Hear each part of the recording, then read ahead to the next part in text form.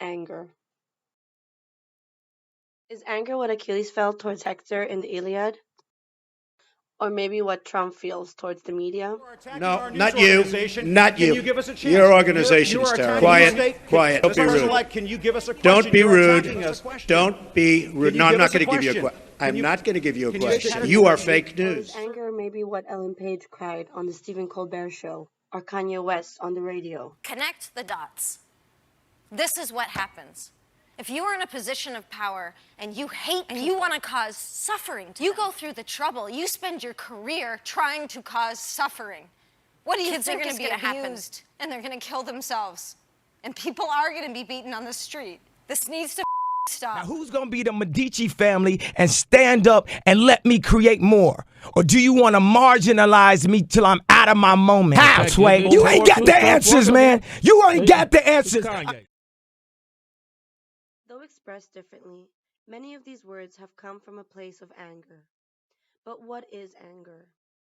Anger is a universal emotion. It's something we all feel and can relate to. We've been feeling it since the first few months of our lives when we didn't get what we wanted, and our cries of protest was our voice of anger. But can anger truly ever get us anywhere? Is anger ever appropriate, or is it simply counterproductive? This is the debate that Amiya Srinivasan touches on in her paper The Aptness of Anger. She studied philosophy at Oxford University and is now a lecturer at the University College London and an examination fellow at All Souls College in London. In her paper, Srinivasan discusses anger in the context of political philosophy. The idea that anger puts you in the wrong, even if you weren't already, has a long pedigree. Throughout her paper, Srinivasan discusses this philosophical critique of anger and its behavioral outcomes, offering a defense of anger. Before going further in depth with the content of the paper, certain definitions are necessary in order to follow her argumentation. Throughout the paper, some core concepts will be used, therefore defining the main in advance will aid the viewers of this presentation fully grasping the author's thoughts. As seen from the title already, the subject matter revolves around the aptness of anger. What Srinivasan means is basically the legitimacy of anger, or in other words, when is it appropriate to express and feel anger. Another core term which can be seen in the latter sections that constitutes the goal of the paper is the idea of counterproductivity. Something is perceived as counterproductive when it does not serve the purpose of improving a situation, but it legitimizes that the situation makes you angry. Along this line, Srinivasan introduces the idea of normative conflict in relation to the counterproductivity argument, which simply represents a situation in which what one should do pulls in opposite directions. For example, one should therefore not get angry because it is counterproductive, but get angry because it is apt. Through a historical and philosophical lens, Srinivasan brings the reader through the progression of this debate from the ancient Aristotelian virtue ethics to modern pragmatism, serving the conservative movement. Moving on to the perspectives that Srinivasan discusses. Aristotle thought that moderate anger was a natural sign of manly virtue, inasmuch as anger could lead to the desire for punishment, which would entail a punishment to the wrongdoer with an equal amount of pain to that which he inflicted. However, the Stoics, on the other hand, believed that anger should be totally eliminated because it produces more evil than good.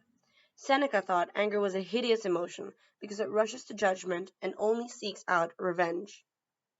More recently, modern philosophers Martha Nussbaum and Glenn Pettygrove agree with the claim that anger definitely leads to the desire of revenge, leading us astray rather than enabling us to act in a way that will benefit us or anyone else.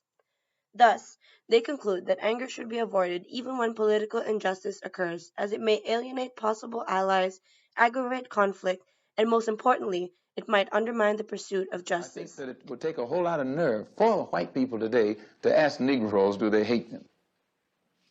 For this, the example of Malcolm X and Martin Luther King shall be brought to our attention, as one was thought of by the other to be angry and unable to reap anything but grief from this anger. However, the author channels our attention to the fact that Martin Luther King's visionary rhetoric might have not been similarly received if there wasn't for the angry rhetoric of the ghettos. At this point, you might be wondering, when then is a person's anger ever apt? What makes anger distinct from another negative emotion, such as disappointment, for example, is that anger presents its object as involving a moral violation. not just a violation of how one wishes things were, but a violation of how things ought to be. So anger is apt in response to a genuine moral violation. According to Srinivasan, this is necessary but not sufficient for anger to be apt. It is necessary because without a genuine moral violation, anger is not apt. But it's also not sufficient because only the presence of such a violation is not enough to warrant anger. What more is needed? A personal reason that is properly motivated and proportional to the violation. You need to know of the violation, and the anger should not exceed what is occasioned by the violation, meaning other frustrations should not play a role in your angry response. So, what is Srinivasan trying to say with all of these examples and arguments on either side of the debate, and where does she stand on this debate? Amiya Srinivasan, as a feminist philosopher, adopts more of a middle ground view, which assesses that anger cannot always be inapt. On the contrary, if anger is grounded on a violation of what ought to be, if the violation is the reason for said anger, and if the response is so-called proportional to the wrongdoing, then anger can indeed offer a possibility for the recognition of injustice. She then assesses that for women, racially discriminated groups, and everyone who is a victim of injustice, the need to choose between being prudent and actually expressing one's dissent is a form of injustice in itself. The three main goals that Srinivasan wants to deliver to her readers are basically that, first of all, anger is an apt response to injustice even when perceived as counterproductive. Secondly, more so, she thoroughly defends the idea of getting angry in cases where it is apt but counterproductive. Lastly, the author argues that the existence of apt counterproductive anger requires people to deal with a normative conflict whereby the difficulty of this does them a further injustice, which she refers to as an affective injustice. Srinivasan claims that those facing oppression are especially likely to experience apt but counterproductive anger, as their anger is often met with further oppression. What Srinivasan wants the readers to grasp is that the problem itself does not lie in feeling anger, but rather in expressing it. So, why is all of this relevant to the theme of diversity? Globalization has brought about a certain fear of the other and their culture. The anger and fear that many feel towards the other, be them refugees, immigrants, certain minority groups, is fueled by irrationality, a lack of understanding, and an allegedly disproportionate response to a situation of crisis.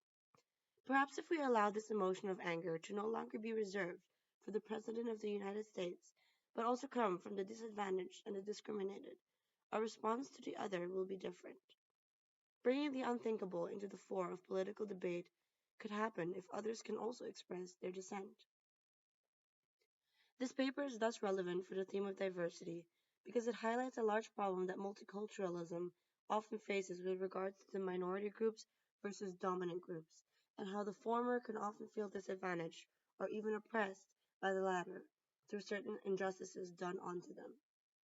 Therefore, the entire discourse of the counterproductive critique of anger is relevant for diversity because it allows for the justification of the expression of anger of many oppressed groups. Now, moving to some final thoughts, we will discuss some of the weak and strong arguments of her paper.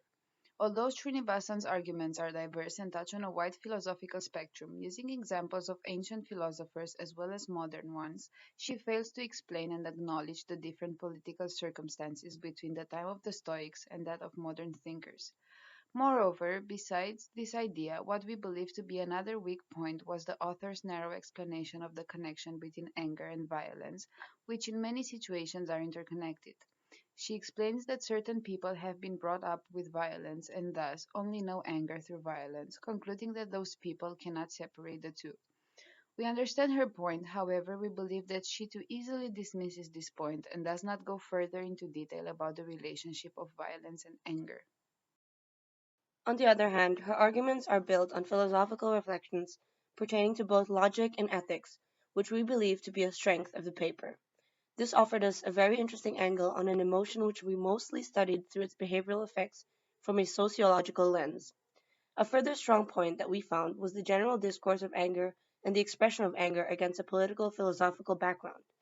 Though it may seem obvious in conversation, the actual phenomena and the debate that Srinivasan shines light on is very complex and enlightening at the same time. It is a thought provoking text that illustrates the versatility of the universal emotion that is anger.